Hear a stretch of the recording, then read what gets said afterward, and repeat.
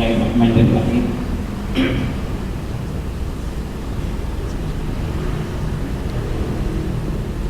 Babul ghir agak terakhir itu tulisan. Babul ghir. Bab tentang ghirah itu kalau kita lihat terjemahannya artinya cemburu. Kalau kita ditanya cemburu itu apa sih? Cemburu artinya kita nggak suka kalau orang itu melakukan. Itu namanya cemburu. Seperti kalau suami cemburu sama istrinya, artinya dia nggak suka kalau istrinya melakukan sesuatu. Itu namanya ghirah, itu namanya cemburu.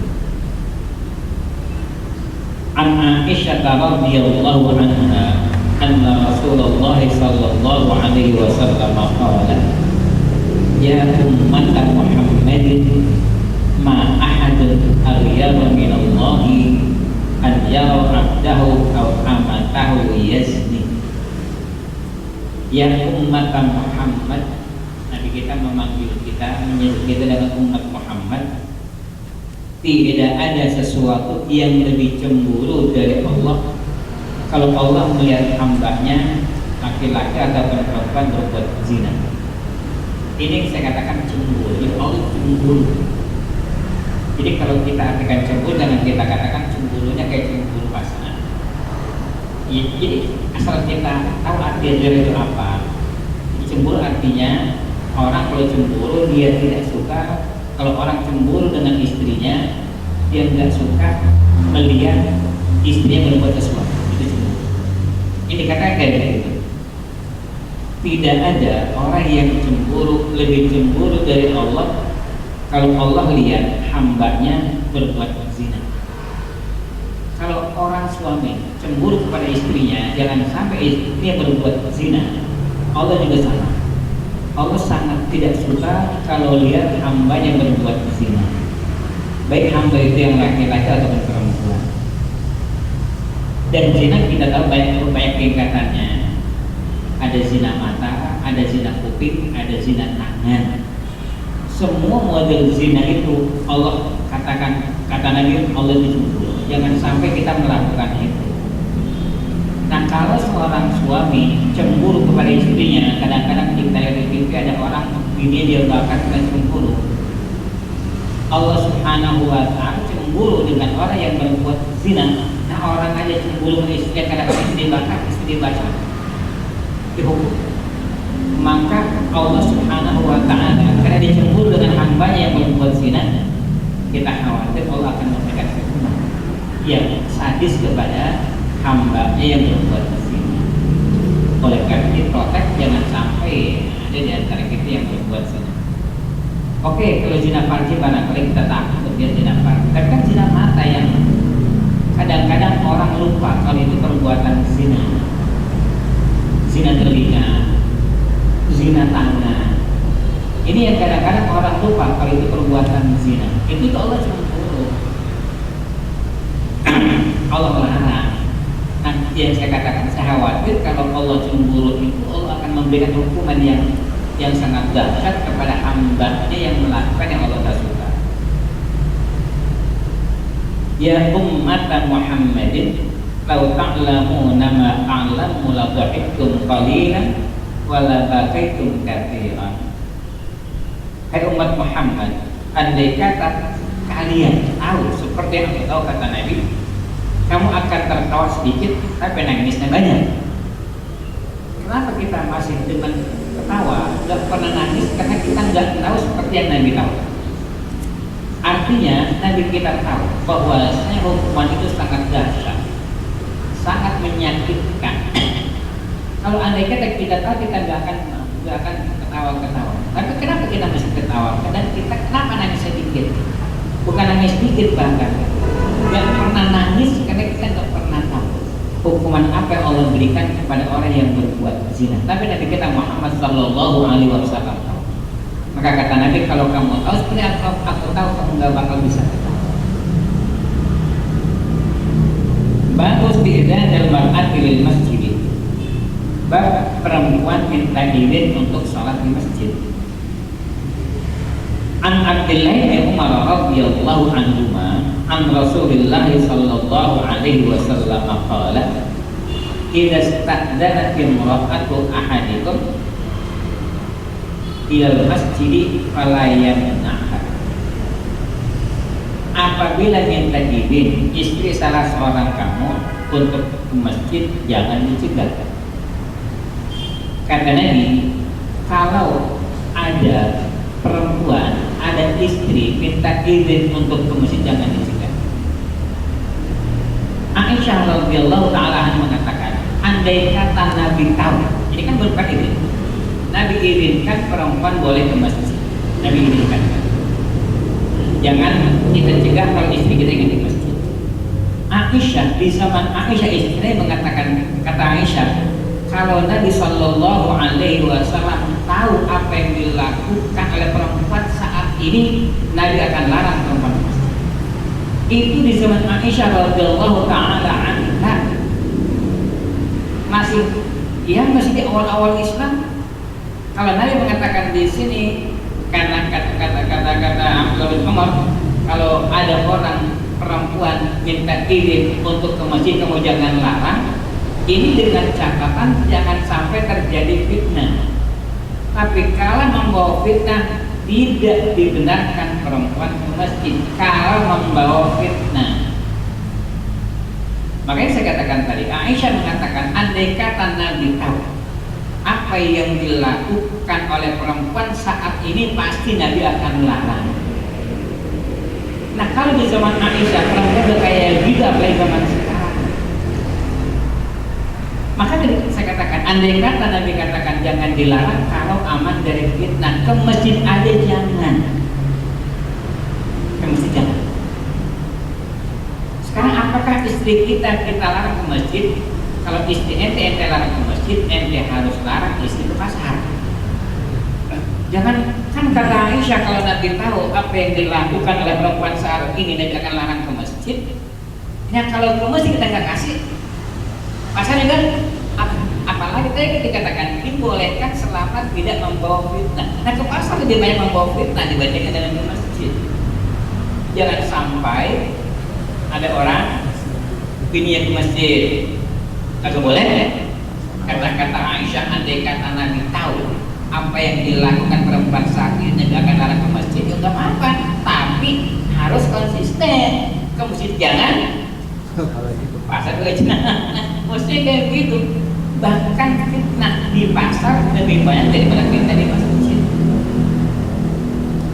Oleh karena perempuan kalau mau ke masjid, barangkali biasanya ini kalau bulan puasa pada tarawih, gak apa-apa ke masjid, tapi jangan membawa fitnah. Jangan ke masjid untuk tarawih disalahgunakan untuk hal-hal lain. Kemasannya, bungkusannya tarawih, tapi pelaksanaannya bukan tarawih. Mendingan perempuan yang kayak begitu nonton TV aja di rumah daripada ke masjid, karena akan membawa itu. Kalau seorang istri sudah layak ma'ruf itu setiap hari terlaki, itu boleh asal tidak membawa fitnah. Jangan melayani toko dananya menor, enggak. Perempuan boleh nggak dagang? Boleh. Perempuan dagang boleh. Kerjaan boleh. Tapi jangan sampai membawa fitnah. Ke masjid aja dengan catatan tidak membawa fitnah, apalagi ke kantor, apalagi ke pasar. Mesti ada kira.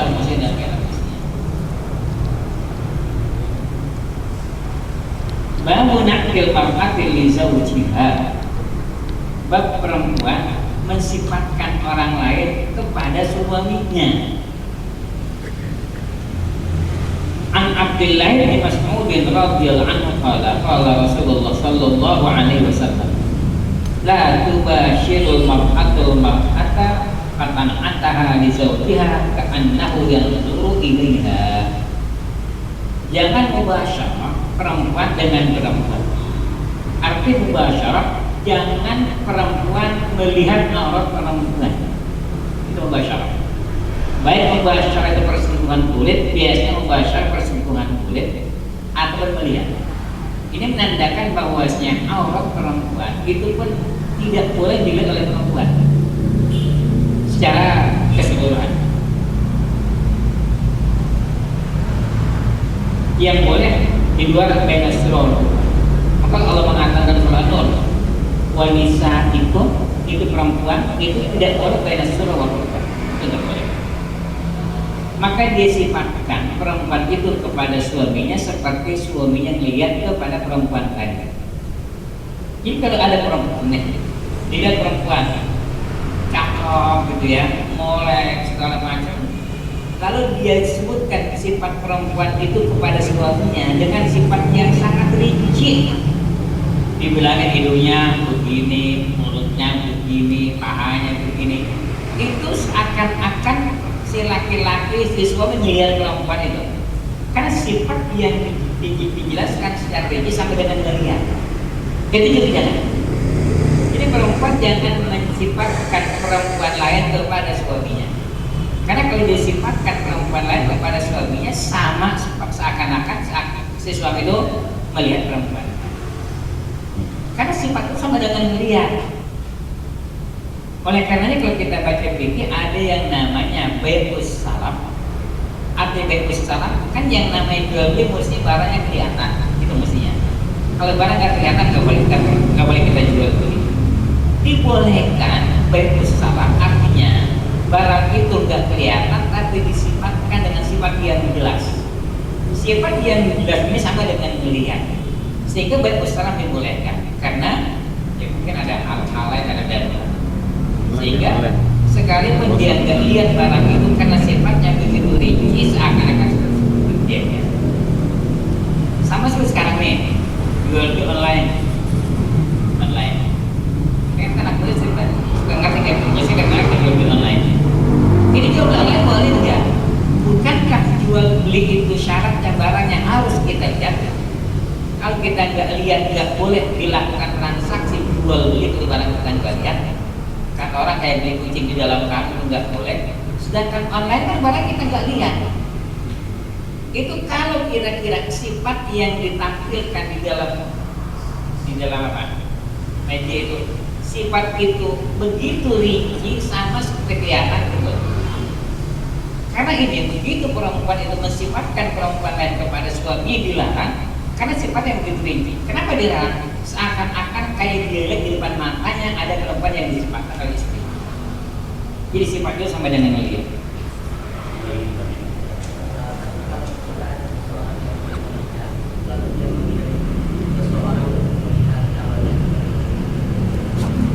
Boleh nggak calon laki-laki melihat calon istrinya? Boleh nggak? Nah orang melihat baju orang lagi sifat kayak begitu, itu beda. Kenapa beda? Karena orang boleh melihat perempuan diantaranya untuk dijadikan sebagai istri. Orang kalau melihat perempuan yang tujuan untuk dijadikan istri, melihat aja boleh, sifat juga boleh. Karena tujuannya untuk dijadikan istri. Ini kan bukan tujuan untuk dijadikan istri. Jadi itu boleh, karena melihat aja boleh. Pacaran boleh nggak? Boleh. Melihat boleh, tapi asal sekali cukup udah jangan diterusin lagi itu yang nggak boleh. Ya.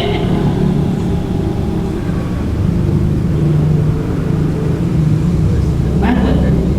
Lain rukulullah ibu ahlahu lihat. Jangan datang orang yang gaib kepada istri di waktu malam. Artinya kalau orang pergi kemana-mana itu sebaiknya kalau pulangnya malam jangan langsung ke rumah malam-malam.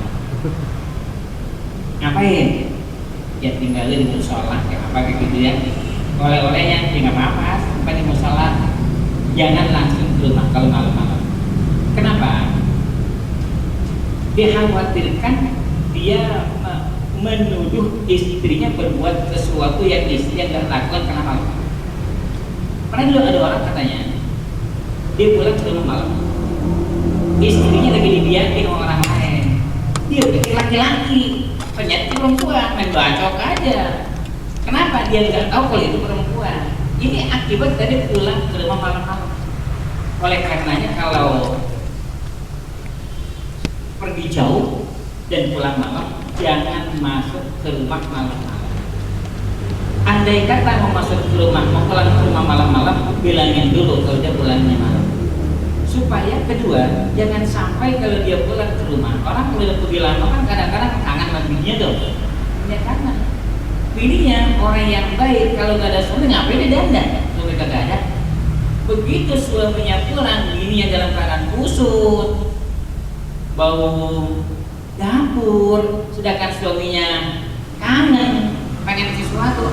Ini menjadikan suami itu akan apa? Akan turun seleranya. Jadi itu dibolehkan. Kalau anda kita pulang malam bilangnya, sehingga perempuan itu nyisir dulu, pakai bedak dulu gitu. Jika kelihatan kangen ya anda bisa lakukan apa yang mau. Tapi kalau enggak, begitu pulang ke rumah, bininya kusut, bau dapur, pakaiannya pakai ya kan perempuan gesek kayak begitu tuh, pakai dasar udah sobek kan begitu perempuan biasanya. Saya heran dasar sobek bisa dipakai. Kalau pulang ke rumah dia kan sama bini kayak begitu kan akan mengakibatkan seleranya turun. Maka kata Nabi kalau pulang ke rumah jangan pulang ke rumah malam-malam.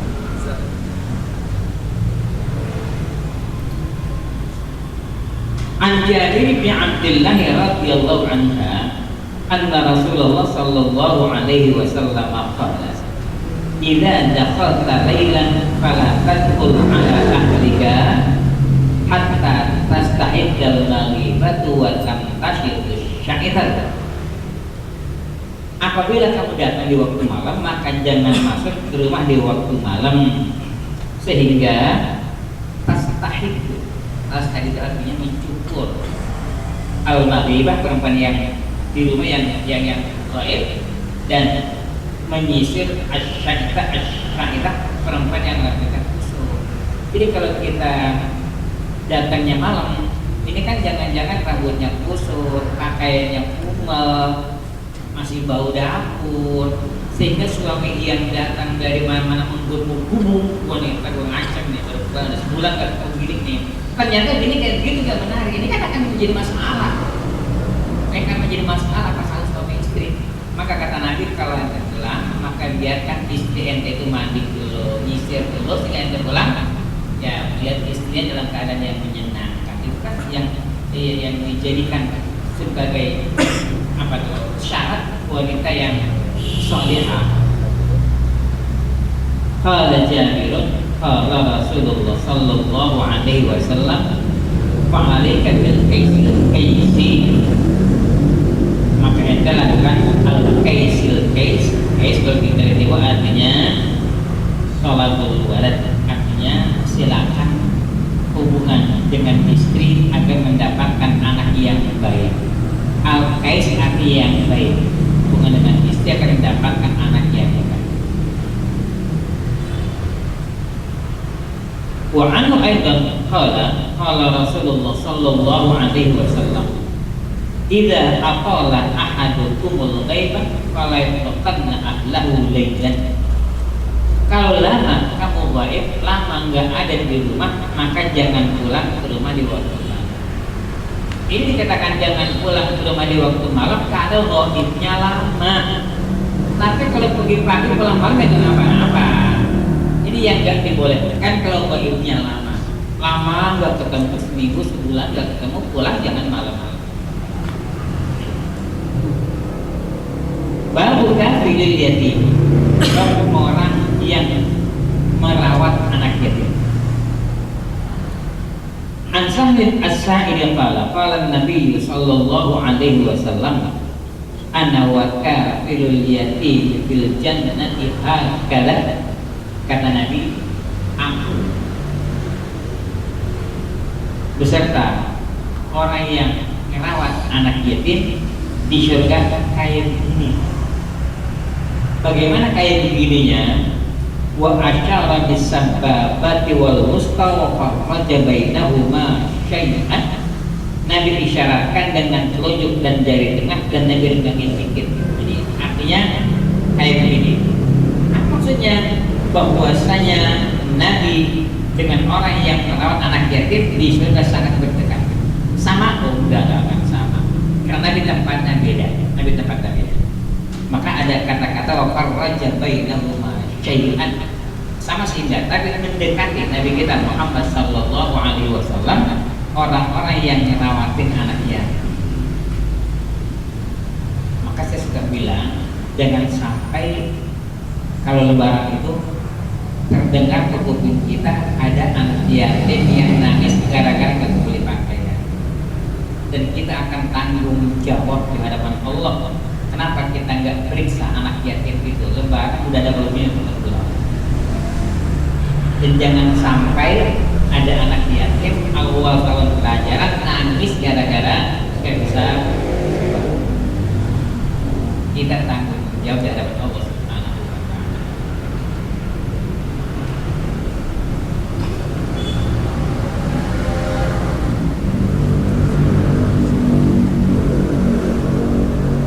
Babul mutawaffa anha zawjuha, bab perempuan yang suaminya meninggal. Hadis ngomong di atas mimbar, Nabi mengatakan, la yahillu limra'atin tu'minu billahi wal yawmil akhir an tuhidda ala mayyitin fawqa thalathi layalin. Tidak halal perempuan yang beriman dengan Allah dan hari kiamat berkabung dari mayit itu jadi 3 hari, kecuali kalau yang meninggal suaminya 4 bulan sebelum. Ini artinya bahwasanya berkabung itu tidak boleh lebih dari 3 hari. Berkabung tidak boleh lebih dari 3 hari, kecuali kalau yang meninggal suami. Kalau yang meninggal suami, berkabungnya seorang istri 4 bulan 10 hari. Kalau bukan suami tidak boleh lebih dari 3 hari.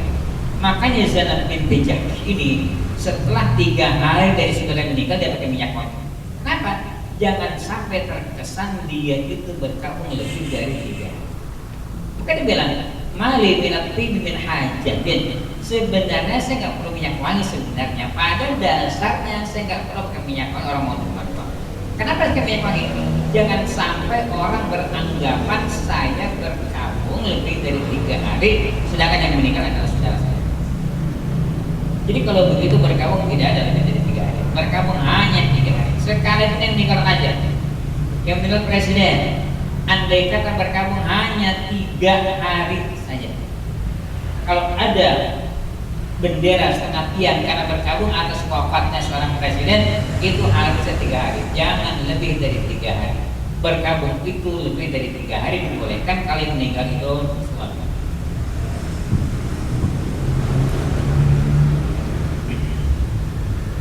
Takziah juga cuma 3 hari. Karena kalau takziah itu lebih dari 3 hari, ini menandakan orang ketika ditakziahkan dia akan berkabung, dan itu jangan. Kalau ada istiadat di kita, takmir dan takmir itu bagian atau gambaran kecil dari takziah atau? Oh, bukan. Takmir itu bukan takziah. Takziah itu hanya sekali. Jangan tahlil berapa kali. Babun nafaqat, bab tentang nafkah. An Abi Hurairah radhiyallahu anhu anna Rasulullah sallallahu alaihi wasallam qala qala Allah ta'ala, ini artinya hadisnya hadis qudsi. Anfiq ya bin Adam unfiq alayhi. Anfiq unfiq. Anfiq ya bin Adam unfiq alayhi. Nafkahkan ya bin Adam, aku berikan nafkah kepada engkau. Dikata Allah, ente duit ente belanjakan, Allah akan berikan gantinya. Kalau orang punya duit nggak dibelanjain, nggak disedekahkan, nggak dinafkahkan, Allah nggak akan gantiin. Jadi kalau kita ini ingin mendapatkan rezeki yang banyak dari Allah, kita banyak-banyak bersedekah, akan digantikan oleh Allah Subhanahu wa Ta'ala. Kayak tong gitu, drum. Ini kalau kerannya kita buka, bisa diisi lagi dari atas. Tapi kalau kita buka, mau diisi apa? Dari atas. Orang masih penuh, keran nggak pernah dibuka. Jadi rezeki kita kerannya kita buka. Kalau keran kita buka, kan ada ruang untuk rezeki dari Allah Subhanahu wa Ta'ala. Ini menandakan bahwa kita nggak boleh pelit. Untuk pembangunan pesantren, untuk yatim, fakir miskin, untuk lembaga-lembaga sosial, kita nggak boleh juga kepada keluarga, istri, anak jangan pelit.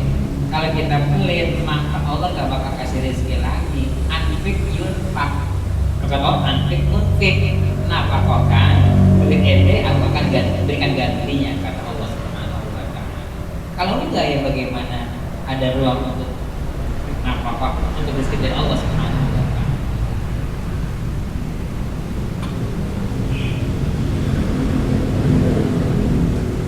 An Abi Mansurin al-Ansari an Nabi sallallahu alaihi wasallam qala idza anfaqa al-muslimu nafaqatan ala ahlihi wa huwa yahtasibuha kanat lahu shadaqatun.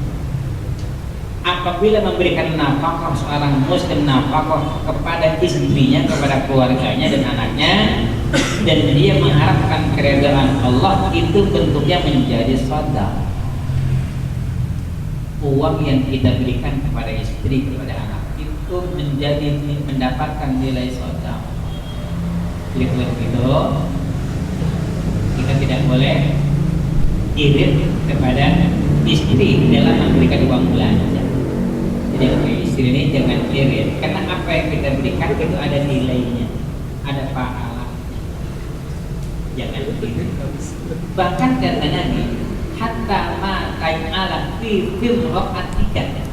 Andai kata ente suapin bini ente, orang kan kalau nyuapin bini ini jauh dari nilai ibarat. Itu kan orang kalau nyuapin bini kan kesan itu apa?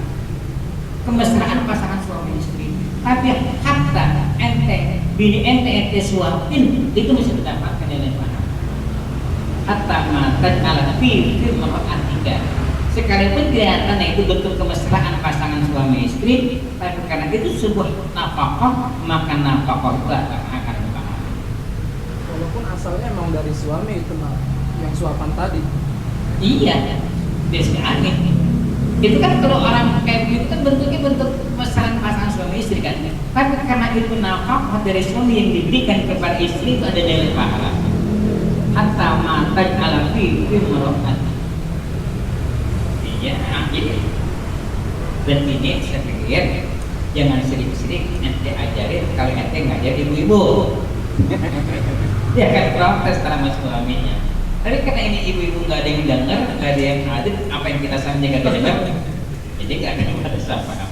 Yang jelas kalau kita punya duit, jangan terlalu irit kepada istri, jangan terlalu irit.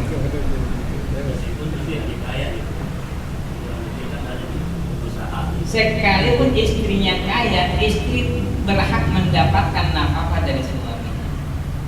Dan suami wajib memberikan nafkah kepada istrinya sekali istri kaya. Hatta zakat fitrah itu andai kata si suami miskin, nggak ada penghasilan, bininya kaya, kontrakannya berjejer, maka si istri tidak wajib bayar zakat fitrah sekarang kontrakannya berjejer. Kenapa dia nggak wajib membayar zakat fitrah? Karena zakat fitrah kewajiban suami dan dia tidak wajib dibayar zakat fitrah, karena kewajiban. Andai bayar ya bayar boleh, andai kata dia nggak bayar dia nggak dosa, karena itu kewajiban suami. Suami nggak bayar kenapa? Kadang nggak punya duit, ya nggak apa-apa udah selesai. Ya ganti.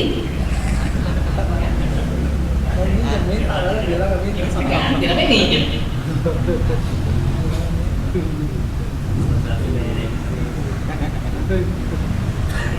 Apa lagi bentuknya minjem? Bahkan nafkah aja. Kalau orang tidak memberikan nafkah kepada istrinya, itu bentuknya utang. Ada orang barangkali nggak memberikan nafkah seminggu. Itu tuh seminggu berapa duit tuh yang wajib diberikan kepada istrinya buat makan. Nah nanti kalau punya duit bayar, ini utang saya kepada yang karena kemarin seminggu saya lagi ini saya nggak bayar, saya nggak memberikan apa. Bentuknya utang. Kecuali kita minta redonya, ya selesai kalau minta redonya. Kalau nggak redo, maka itu bentuknya utang dan wajib dibayar.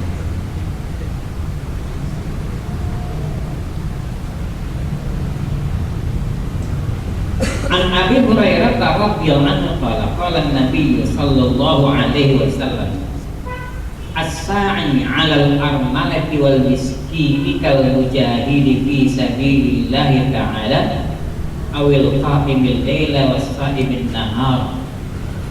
Orang yang jalan nyari janda, apa janda?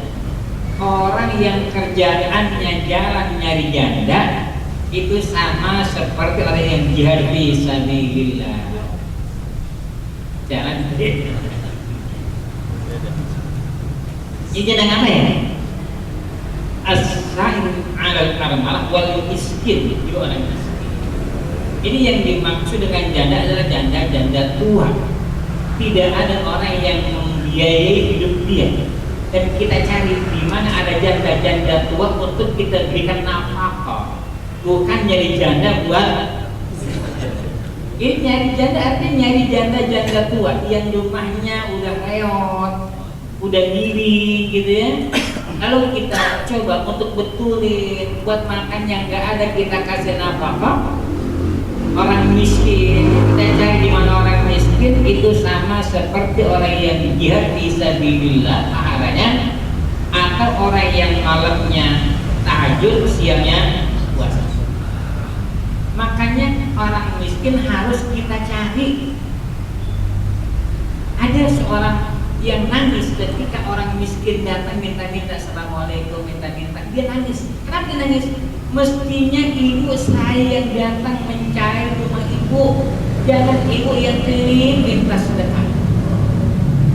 Mesti kita yang keliling yang cari itu, jangan dia yang keliling dari duit. Mestinya orang-orang kaya punya data di mana orang-orang miskin dan mereka harus kita berikan apa? Itu yang pahalanya sama seperti jihad fisabilillah. Mencari janda, mencari orang miskin untuk kita berikan surga. Tidak ada sekarang orang yang jadi orang miskin untuk jadi simpangan. Ada gini, ada zaman kampanye sekarang. Iya, ada orang miskin ya. Awalan tahunan musiman itu. Ya, ada sekarang. Calon-calon.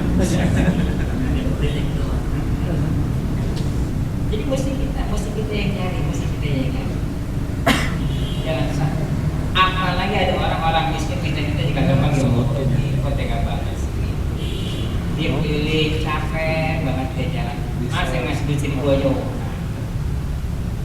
Yang parahnya kalau minta dari sono, si rumah sono bilang mana? Itu kunci. Apa mak? Ada lagi minta. Ya Allah, duit sini boyo takut banget orang minta datang ke mente. Angkat pintu disuruh kunci. Oke, bukankah ada hadis yang laisal miskin antak surah masalah? Bukanlah yang dimaksud dengan miskin itu yang banyak meminta atau enggak minta, itu gimana? Itu miskin hak ya Pak. Hak yang bukan miskin. Tapi ini miskin dulu yang kayak begini. Harus kita cari. Maka kalau Pemda mengatakan membuat Pemda tidak boleh memberikan sumbangan sama paket miskin di jalanan, oke jangan apa-apa, tapi ente harus rawat orang miskin ini. Ente harus data berapa orang miskin di kampung ini dan mereka harus mendapatkan uang untuk itu. Mereka nggak boleh minta-minta di jalanan. Bahkan yang ngasih akan didenda 500.000, yang bagi akan didenda 500.000. Oke, ente tidak membolehkan orang ngasih paket miskin di jalanan. Mestinya ente data, ente berikan kepada mereka sesuatu yang membuat mereka harus. Mereka menjadi tanggungan negara dan pahala banyak. Atau sekali-sekali nih, kalau kita pengen pahala kayak gini, kita bakti sosial, kita pergi ke kampung-kampung yang banyak orang miskinnya, mereka kita bagi. Atau seperti pula kita punya database tentang berapa orang miskin di kampung ini. Kalau di dalam kayak mereka itu nggak ibadah, gimana? Yang mana? Dia dari sekarang merah, banyak kan ibadah kita sholat ya. Yang namanya sedekah itu bahkan Nabi mengatakan wa fi kulli kabidin rabbin ajrun. Ketika ada orang ngasih anjing makan itu pahala. Kan anjing ya Rasulullah, kata Nabi. Wa fi kulli kabidin rabbin ajrun. Itu adalah makhluk yang mendapatkan. Wa an Umar bin Khattab radhiyallahu anhu anna Nabiy sallallahu alaihi wasallam kana yabi'u nakhla Bani Nadir wa yahbisu li ahlihi tasanatihim. Nabi sallallahu alaihi wasallam menjual korma Bani Nadir karena Nabi punya khumus dari pahit itu kan pahit mendapatkan khumus itu Nabi jual untuk apa? Dan dia tahan untuk nafkah keluarganya untuk setahun. Ini artinya bahwasanya tidak mengurangi nilai tawakal kalau orang menyiapkan makanan untuk keluarga Islam. Bukan tawakal, itu tidak mengurangi nilai tawakal. Jangan tawakal buat besok jaga nyari tawakal sama Allah kayak begitu. Jadi kalau kita telah menyiapkan biaya untuk keluarga setahun, ini tidak mengurangi nilai tawakal. Jangan dikatakan kata tawakal. Bukan kata tawakal karena Nabi menyiapkan makanan untuk keluarga setahun. Itu Nabi jual dari hasil pahit Bani Nadir. Uang koma dari Bani Nadir itu karena Nabi mendapatkan jatah dari itu, maka Nabi gunakan itu untuk cadangan makan keluarganya sendiri. Ini menandakan bahwa tidak mengurangi nilai tawakal kalau orang menyiapkan makan untuk keluarganya selama kerja. Bukan kata tawakal udah kayak begitu juga kali ya. Tawakal cari duit, kembali tawakal tuh diam aja di rumah.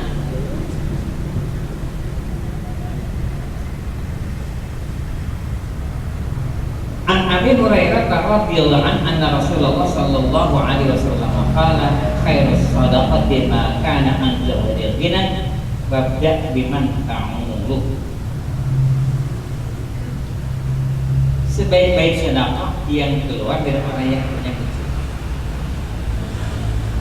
Kalau kita kurang, ya sebaiknya gunakan buat duit kayak dulu. Sedekah ini yang bagus kalau kita cukup. Kalau kita nggak punya apa-apa, buat taruh besok kita masih butuh, jangan disedekahkan buat orang, buat ente dulu pikir, jangan buat orang lain dulu.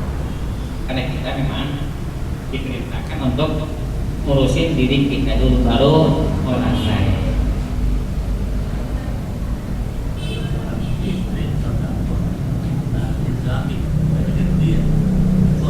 Bisa nggak? Bisa nggak?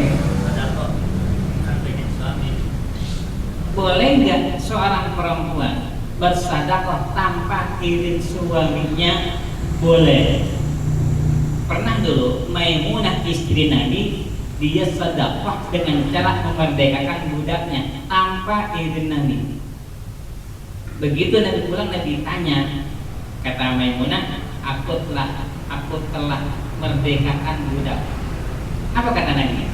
Mendingan juga tadi kasih keluarga aja, mendingan kasih keluarga. Ini artinya apa? Kalau kata-kata mendingan berarti nggak boleh. Sehingga kalau seorang istri memberikan nafkah dari duit dia sendiri tanpa izin suaminya, boleh. Sekarang sebenarnya mendingan tanya dulu mas, boleh. Dan itu yang dilakukan oleh Maimunah bintul Harits istri Nabi kita Muhammad sallallahu alaihi wasallam.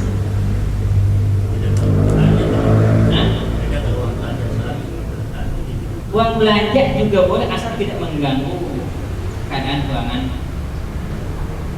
Andai kata dia berikan dari uang belanjanya, si istri mendapatkan pahala, suami juga mendapatkan pahala. Asal dia yakin suaminya itu dan tidak mengganggu keuangan dapur. Barangkali kalau dikasih sama suaminya satu hari 50.000, kan barangkali 50 sekarang gitu ya. Kan suaminya dong. Ada kita minta dia bagi 1.000, 2.000. Dia kan tidak mengganggu keuangan dapur, itu boleh. Dan karena enggak, si istri dapat pahala, suami mendapatkan. Wabda biman ta'mulu, dan mulailah orang yang menjadi tanggungan ente awal. Ini kalau kita memberikan sedekah kepada orang, sebaiknya kalau kita berikan itu kepada orang yang menjadi tanggungan kita. Atau sedekah kepada keluarga dibandingkan dengan sedekah kepada orang lain, lebih banyak sedekah kepada keluarga. Sedekah kepada keluarga memiliki nilai dua, nilai sedekah dan nilai silaturahim. Tapi sedekah orang lain hanya nilai sedekah saja. Artinya apa? Jangan sampai ada orang sama orang lain beres banget. Saudara yang di sini tinggal kepikirin umroh setahun 3 kali. Saudaranya mati di kontrakan yang bocor dia kepikirin.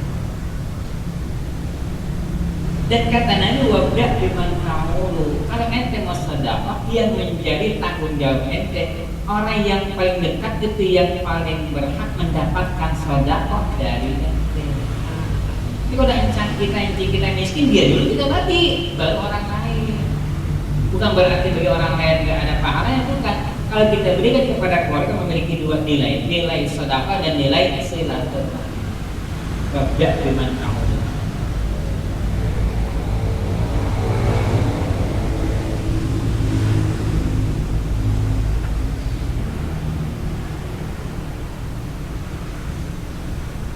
Babut minal amalis salih, ini termasuk perbuatan saleh.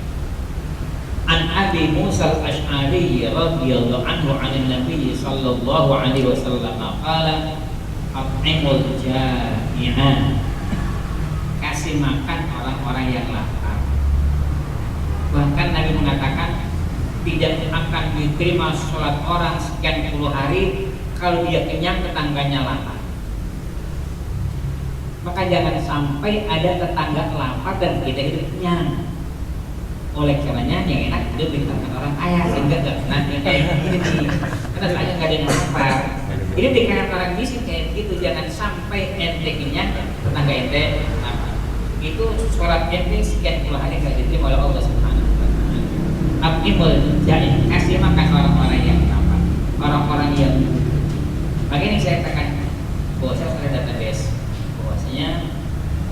atau peta miskin di kampung kita. Siapa yang miskin? Ada ukuran berapa rumah atau berapa meter tadi? Tangga. Asal kita wamudul marido dan tengokin orang sakit. Sakit apa? Kata-kata al-marid menandakan umum. Tapi ada beberapa penyakit yang tidak harus, yang tidak disunahkan kita tengokin. Ini kan cuma penyakit apa itu? Katanya kalau orang sakit gigi tidak perlu ditengokin. Terus gigi, tengokin boleh nampak, tapi kalau kayak apa? Tidak ada penyakit yang sebaiknya tidak tengokin. Tapi sekarang di sini umum. Ada yang mengatakan penyakit apa pun tengokin, cuma kita harus lihat penyakitnya apa dan kondisinya bagaimana. Iya. Wafukul aliyah, dan bebaskan tawanan. Tawanan itu barangkali perlu dana buat membebaskan diri, maka kita kumpulkan dana untuk membebaskan tawanan. Bab tasmiyati alam ta'ani. Bab baca bismillah kalau mau makan. An Umar bin Abi Salamah qala kuntu ghulaman fi hijri Rasulillah sallallahu alaihi wasallam. Umar bin Abi Salamah mengatakan, aku anak kecil di dalam rawatan Nabi Sallallahu Alaihi Wasallam. Kenapa dia dirawat oleh Nabi? Karena saya katakan sama seperti Zainab tadi, dia adalah anak tirinya Nabi kita Muhammad Sallallahu Alaihi Wasallam. Karena Nabi nikah dengan Ummu Salamah, istri dari Abu Salamah, jadi anak Abu Salamah. Umar anak Abu Salamah. Maka pantas dia mendapatkan tempat di Nabi karena dia adalah anak tiri Nabi. Yang tadi siapa? Zainab, juga sama dengan Zainab. Yang kata Nabi, "Nawala rabibati fi hajri ma halat bi illa anna ibnu akhinna radwan."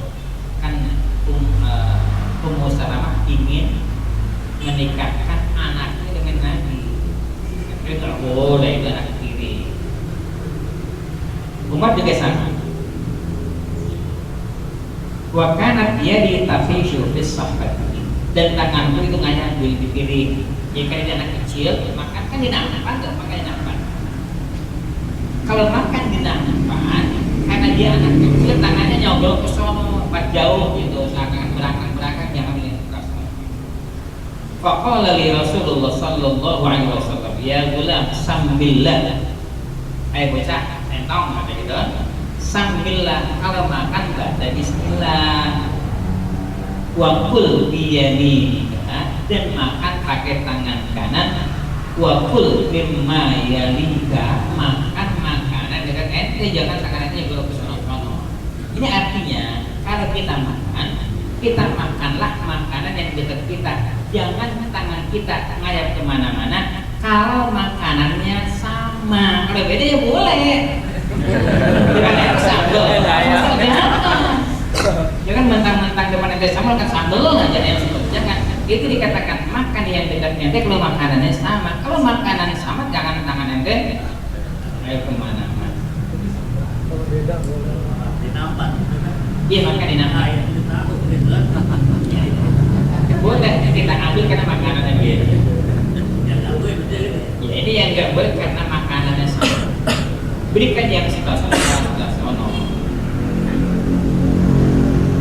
Kalau Umaru, pemazalah tilka apa tuh bacaan itu? Ada barisan nggak?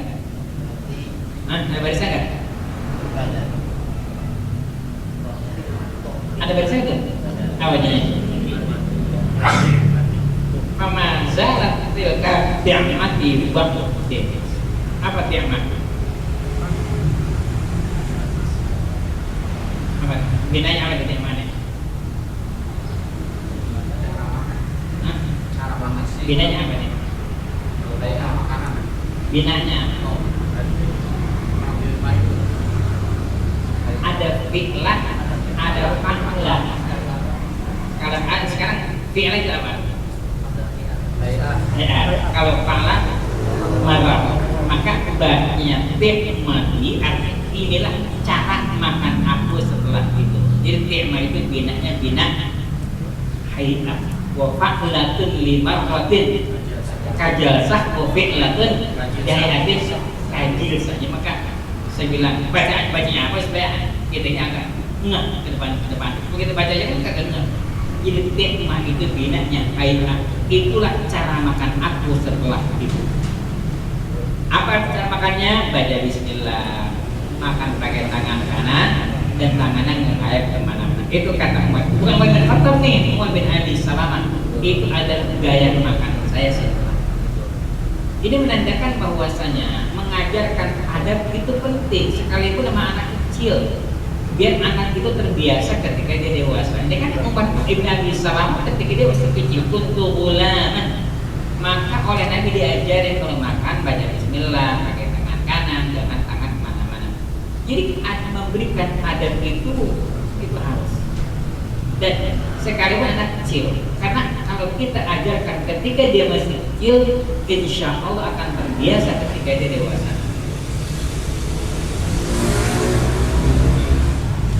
Dan kita tahu, hadisnya mengatakan orang kalau makan nggak baca bismillah, setan ikut. Setan ikut makan. Maka makan baca bismillah, maka baca bismillah ikut makan. Maka ada orang seorang banyak ini banyak nggak boleh diikutin nih. Makan yang banyak-banyak, kan gemuk lu. Kan gua ketahui ya bismillah, mengapa? Kan setan yang makan. Kalau baca bismillah kan setan kagak makan tuh. Kalau baca bismillah dan makan yang baca bismillah juga gemuk. Jangan ikutin kayak gitu.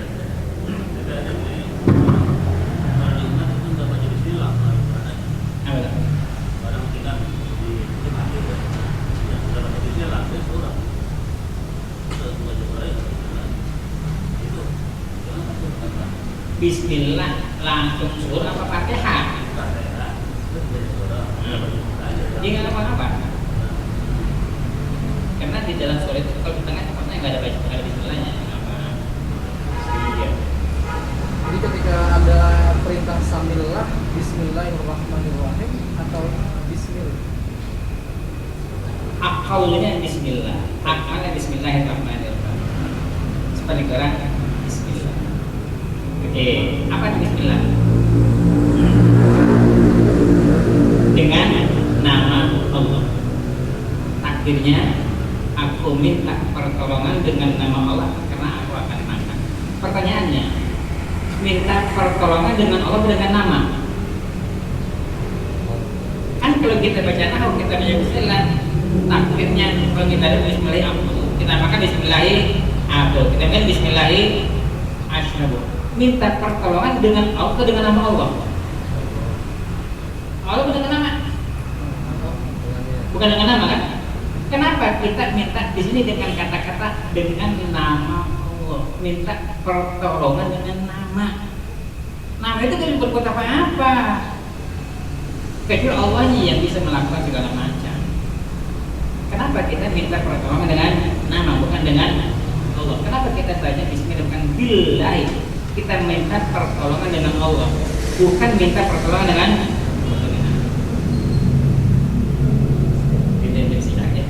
gimana jadi gampang gitu. Harus ayat akam juga ada yang kayak gitu. Babut tayammun fil akli. Bab pakai tangan kanan atau kanan dulu dalam makan. An Aisyah radhiyallahu anha qalat kana Nabi sallallahu alaihi wasallam yuhibbu tayammun mastaqa'a fi tuhurihi wa tana'ulihi wa tarajjulihi. Nabi suka berkanan apa yang dia mampu dari bersuci, pakai sendal, menyisir, ngapain aja selama perbuatan baik sunnah kanan dulu. Wudu, tangan kanan dulu baru tangan kiri. Itu bersuci dikatakan kanan dulu baru kiri kalau tidak bisa dilakukan bersama-sama. Tapi kalau bisa dilakukan bersama-sama tidak harus kanan dulu. Masa muka ke kanan dulu ini itu usah bareng. Kenapa? Karena bisa muka bisa berbarengan. Jangan mentang-mentang usul kanan dulu ketika wudhu. Tidak bisa kayak begitu. Yang dikatakan kanan dulu baru kiri kalau tidak bisa dilakukan bersama-sama. Bukti bareng-bareng. Bukan kanan dulu. Tidak ada. Jadi dikatakan kanan dulu baru kiri kalau tidak bisa dilakukan bersama-sama. Pakai sendal kanan dulu, buka kiri dulu. Pulang dari masjid jadi dulu. Pakai sendal di mana? Luar masjid. Nah gitu ya? Iya, artinya kalau begitu keluar kiri dulu, jangan pakai sendal diinjek aja dulu, baru pakainya pakai kanan. Supaya dua-duanya kita dapat. Nyisir juga kanan. Perbuatan baik kanan, perbuatan jelek kiri. Ngerokok kanan ke kiri, tangan kiri. Ya, semuanya. Ayo. Ngerokok tangan kanan, tangan kiri. Makan oke tangan kanan, minum tangan kanan. Cebok tangan kiri. Ngerokok kiri.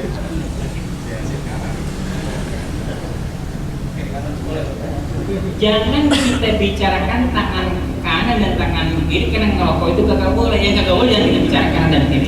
Ya, ngerokoknya itu tidak boleh. Kalau kita bicarakan kanan dan kiri berarti kita membolehkan ngerokok. Kalau kita mengatakan ngerokok tidak boleh, maka nggak ada cerita kanan kagak boleh, kiri juga nggak boleh. Karena ngerokok nggak boleh. Jadi kalau buruknya tadi yang dimaksud buruk kalau boleh tangan kiri, ranahnya etika berarti. Iya, bukannya hukum. Hukum. Tapi itu memiliki etika itu memiliki nilai pahala. Ya.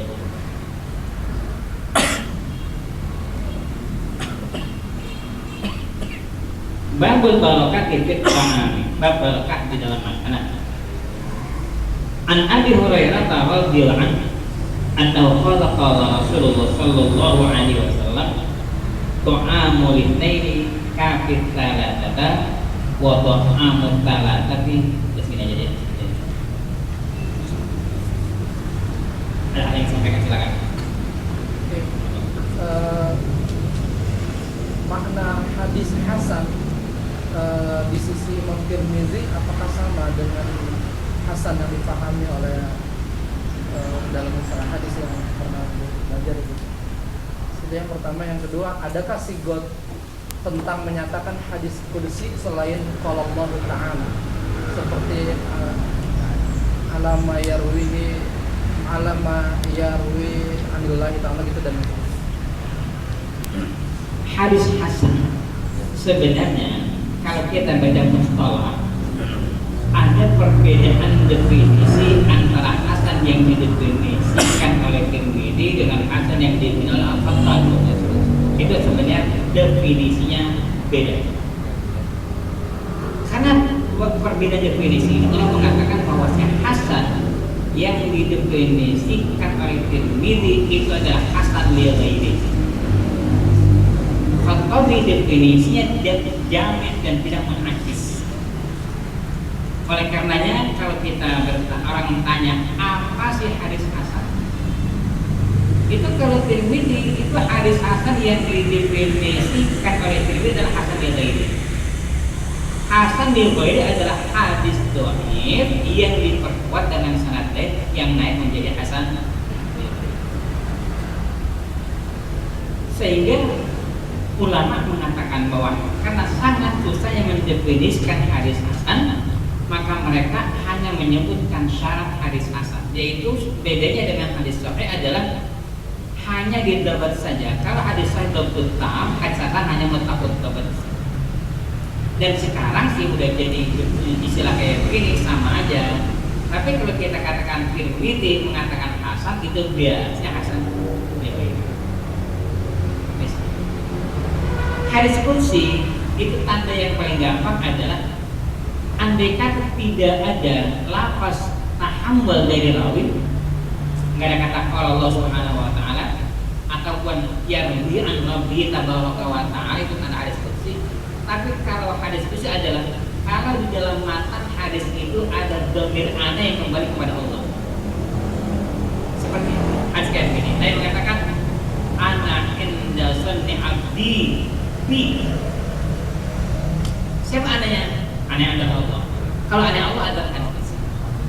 Jadi tanda yang andai kata tidak kita dapatkan lafaz tahammul dari Nabi, kan di situ kata-kata anil azab atau fi mayakan dari tabaraka wa taala. Andai kata itu enggak ada, kita hanya mendapatkan teks matanya saja. Kalau di sana ada dhamir ana yang kembali kepada Allah, itu hadis.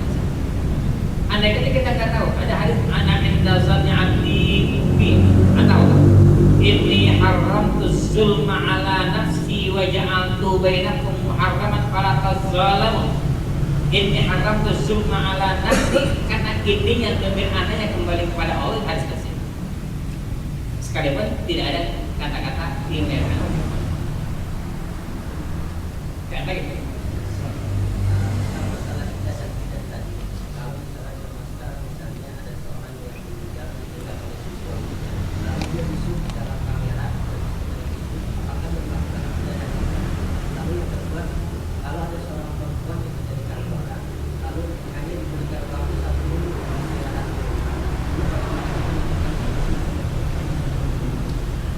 Perempuan yang mutawaffahan hasilnya wajib ihdad. Kalau tidak artinya tidak nikah selama 4 bulan 10 hari iddah. Iddah adalah 4 bulan 10 hari. Dan perempuan yang ditinggal suaminya wajib ihdad, wajib berkabung. Tidak boleh dandan, tidak boleh pakai perhiasan, cincin harus dibuka kalau dalam keadaan iddah, dan tidak boleh bersolek. Pertanyaannya adalah bagaimana kalau di layar televisi? Kalau atas izin dia itu melanggar hukum. Karena dia nggak boleh kemana-mana mestinya.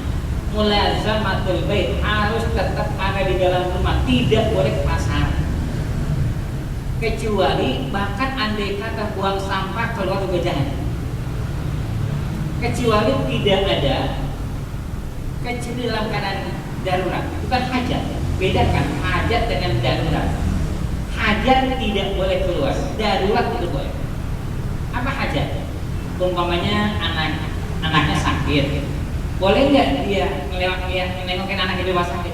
Itu hajat, itu nggak boleh. Darurat boleh, rumah kebakaran dia keluar, itu namanya darurat. Darurat boleh, hajat tidak boleh. Bagaimana kalau keluar untuk bekerja? Ini darurat atau hajat? Kalau darurat, kalau dia nggak kerja, diberhentiin dari kerjaan dan dia nggak bisa mendapatkan penghasilan lain, itu namanya darurat. Tapi andai kata dia diberhentiin dari kontrakannya semuanya, itu namanya hajat. Jadi kalau hajat tidak boleh, kecuali darurat. Solehnya tetap haram gitu ya. Iya. Kalau darurat tadi. Apa tuh? Itu kan tidak tadi. Bukannya Kalau darurat boleh, seperti ini ada orang sakit mata, obatnya pakai suara mata, itu darurat, itu boleh. Kalau dia ke kantor pakai lipstick pakai bedak. Jika nggak boleh, nggak boleh. Ya, kalau tuntutan boleh. Maka saya bilang tuntutan itu rasa hajat atau darurat. Sekarang orang anaknya sakit di rumah sakit, itu hajat hukumnya. Dia nggak boleh nengokin anaknya masuk besok karena hajat. Darurat itu loh. Dia sakit nih, harus berobat ke rumah sakit. Karena kalau dia nggak berobat, anaknya penyakit akan membahayakan dia. Ini bentuk hajat, bentuk apa? Kalau itu ada hajat. Tuntutan dari atasan jadi harus pakai HP aja sebagai batik. Iya. Kalau begitu jangan berhenti. Karena itu bentuknya hajat bukan darurat. Yang masalah. Makanya kalau itu sampai darurat, kalau dia nggak ada pekerjaan, dia akan nggak punya penghasilan, dan namanya darurat. Ya Bismillah. Kita nggak bisa prediksi satu persatu, makanya rujukannya hajat atau darurat. Kalau hajat masih nggak boleh. Kalau darurat, paling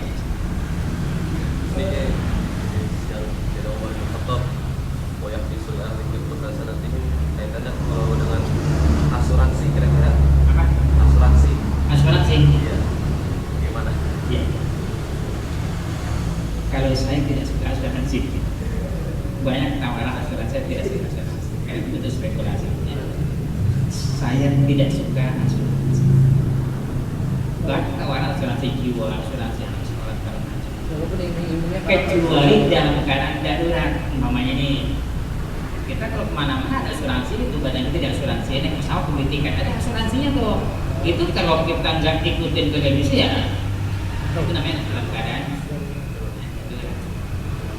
ada betul asuransinya. Walaupun syariah tadi intinya punya hak. Kalau syariah mereka namakan takaful. Sama sih takut jaminan juga sama. Ya saya nggak tahu bentuknya. Kalau saya tahu bentuk baru kita bisa berikan dengan sebuah sekarang dengan jawab. Saya nggak tahu bentuknya. Bentuknya takaful saya bagaimana. Tapi jelas saya nggak suka dengan benar.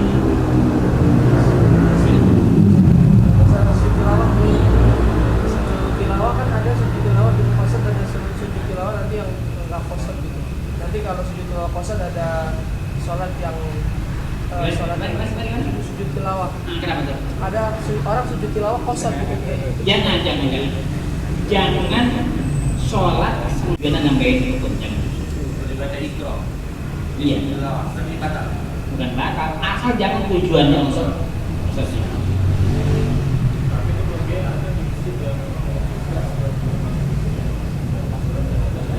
Karena kan kita Nabi, bukan tujuannya ayat saja, karena tujuannya Nabi suruh kalau Jumat pagi bacanya alimin sajadah. Itu bukan tujuan muslim, karena Nabi suruh baca itu. Bukan tujuannya.